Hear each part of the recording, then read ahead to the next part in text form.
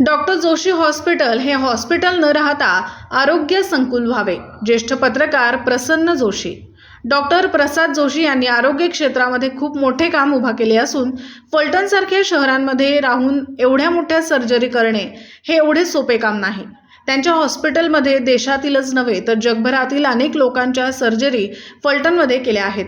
आता ऑपरेशन झाली आहेत. सर्जन हा शब्द सर्जनशीलतेचा सर्जन हा शब्द आहे. त्या दृष्टीने सुद्धा तुम्ही पुढे यावं. त्यामुळे भविष्यात जोशी हॉस्पिटल हे हॉस्पिटल न राहता ते आरोग्य संकुल व्हावे असे प्रतिपादन ख्यातनाम पत्रकार प्रसन्न जोशी यांनी केले. फलटण येथील सजाई गार्डन मंगल कार्यालयामध्ये अनुबंध कला मंडळ यांच्या वतीने आयोजित केलेल्या उषा वैभव पुरस्कार वितरण कार्यक्रमात ते बोलत होते. यावेळी फलटण येथील सुप्रसिद्ध अस्थिरोग तज्ज्ञ डॉक्टर प्रसाद जोशी यांना ज्येष्ठ सिने अभिनेत्री पद्मिनी कोल्हापुरे व ज्येष्ठ गायिका उषा मंगेशकर यांच्या शुभ हस्ते उषा वैभव पुरस्काराने सन्मानित करण्यात आले. या प्रसंगी महाराष्ट्र राज्य विधान परिषदेचे माजी सभापती तथा आमदार श्रीमंत रामराजे नाईक निंबाळकर, बकुळ पराडकर इत्यादी मान्यवर या प्रसंगी उपस्थित होते. यावेळी बोलताना पुढे प्रसन्न जोशी काय म्हणाले ते पाहूयात. बद्दल बोलता येत नाही, पण प्रसाद जोशींच्या आजच्या या सत्कार सोहळ्याच्या निमित्तानं ही संधी, हा अवसर मिळालेला आहे. आणि या निमित्तानं माझ्या सासूरवाडीच्या कडील आजोळी येता आलेला आहे. कारण माझे ज्या सासूबाई आहेत त्या देव कुटुंबातून येतात आणि फलटणमधलं देव कुटुंब आहे. त्यामुळे त्या अर्थानं ऋणानुबंध होता तो आता ऋणानुबंध स्नेहानुबंधामध्ये आता परावर्तित झालेला आहे. आणि या निमित्तानं माझं एक नातं फलटणशी जोडलं गेलेलं आहे. आणि एक टुमदार शहर आहे.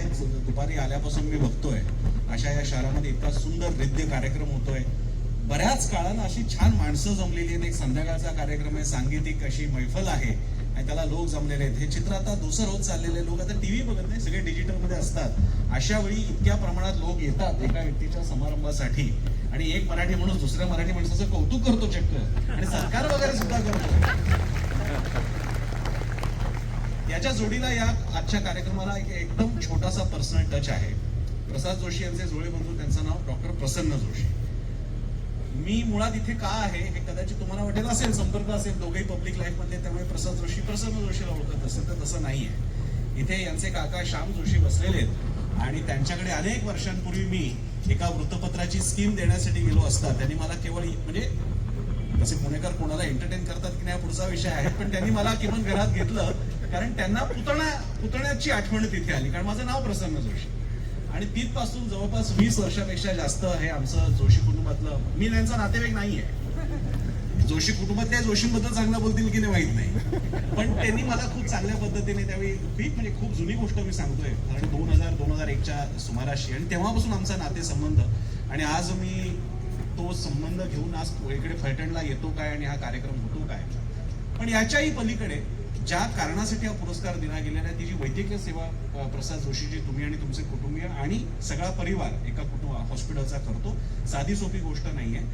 मी इथे येऊन काहीतरी आपण भाषण देणं आणि नंतर निघून जाणं, पुण्या मुंबईच्या आमच्या सगळ्या प्रकारच्या शहरी सोयी असणं आणि फलटणमध्ये तुम्ही आपलं आयुष्य काढून घेणं आरोग्य सेवेसाठी साधी गोष्ट नाही. मगाशी मला जोशी सांगत होते की देशभरातून जगभरातून इथे रुग्ण येतात, तर या निमित्तानं या हॉस्पिटलचं काम याही पुढे जावं आणि हॉस्पिटलच्या पलीकडे तो संपूर्ण एक आरोग्य संकुल तयार व्हावं. आता आरोग्य टुरिझम भारतात वाढत चाललेलं आहे, त्या दृष्टीने आपण हॉस्पिटलची रचना सुद्धा फार वेगळ्या प्रकारे करू शकतो का. पांढऱ्याच भिंती हव्यात का, तिकडे छान सुंदर गाणी असू शकतात का सकाळी, किंवा वेगळ्या प्रकारचा विचार करू शकतो का. मला खात्री आता तुम्ही तुमच्या करिअरच्या पुढच्या टप्प्यामध्ये, आता ऑपरेशन झालेली आहे, आता सर्जन हा शब्द जो सर्जनशीलतेचा सर्जन शब्द आहे त्या दृष्टीने सुद्धा तुम्ही पुढे न्यावं अशी माझी विनंती आहे. ज्यांचं राजकारण आणि महाराष्ट्रामध्ये राजकारणाचे जुने दिवस ज्यांच्याकडे बघून आठवायचे असे रामराजे निंबाळकर साहेब इथे आहेत, ज्यांना आतापर्यंत फार क्वचित औपचारिकरित्या भेटायचाच योग आला होता पत्रकार म्हणून. त्यांच्याशी सुद्धा, त्यांच्यापूर्वी मी कॉफी टेबल बुकच्याही प्रकाशनाला आलो होतो याच प्रकाशनातर्फे, आणि त्यावेळी सुद्धा त्यांची भेट झाली होती. किमान त्यांना भेटल्यानंतर एकेकाळी असा होता महाराष्ट्र, असं किमान स्वप्नानुरंजन किंवा काय एक आठवणीतला महाराष्ट्र आठवण्याची सुद्धा त्या निमित्तानं संधी मिळते. बाकी सगळा आनंदच आहे, पण या निमित्तानं किमान यशवंतरावांचा महाराष्ट्र कसा होता याचे किमान जे कवडसे आता उरलेले आहेत किंवा जो आता काय एकेकाळच्या राजवाड्याचे जे आता चिरेबंदी जे काही आता उरलेलं आहे ते या निमित्तानं अशा जुन्या आठवणीतल्या लोकांना बघून आपल्याला आठवतं. त्यामुळे निंबाळकर साहेबांना सुद्धा भेटणं माझ्यासाठी एक हृदय अनुभव आहे.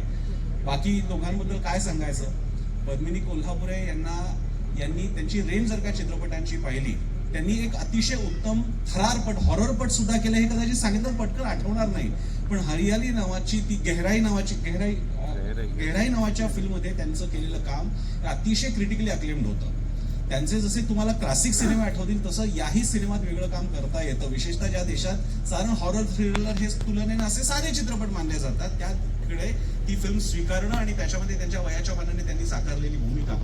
आणि ताईंबद्दल काय सांगायचं तिथे, म्हणजे ज्योतीने तेजाची आरती इतकं म्हणण्या इतकी सुद्धा मी ज्योत नाहीये. त्यामुळे त्यांच्याबद्दल न बोलता फक्त नम्रपणे त्यांना नमन करणं एवढंच माझ्या हातात आहे. आणि आपण सगळे फलटणकर इकडे आलात, या निमित्तानं सोहळा मला अनुभवता आला, तुमचा स्नेह सुद्धा मिळाला, त्यानिमित्तानं आपल्या सगळ्यांचे आभार मानतो. पुन्हा एकदा प्रसाद जोशी सरांचे सुद्धा अभिनंदन करतो. आणि आपली ही कीर्ती आणि हा आरोग्य दूताचा हा तुमचा वसा आणखी पुढे जाईल, तो फलटणच्याही पुढे जावो, फलटणमध्ये राहून पुढे जावो. आणि आम्हाला पुण्यात, मुंबईत आणि अन्य ठिकाणी सुद्धा अशा प्रकारे आपल्याला आपली सेवा इतरांना मिळताना पाहायला मिळावी ही अपेक्षा आणि याच सदिच्छा. धन्यवाद.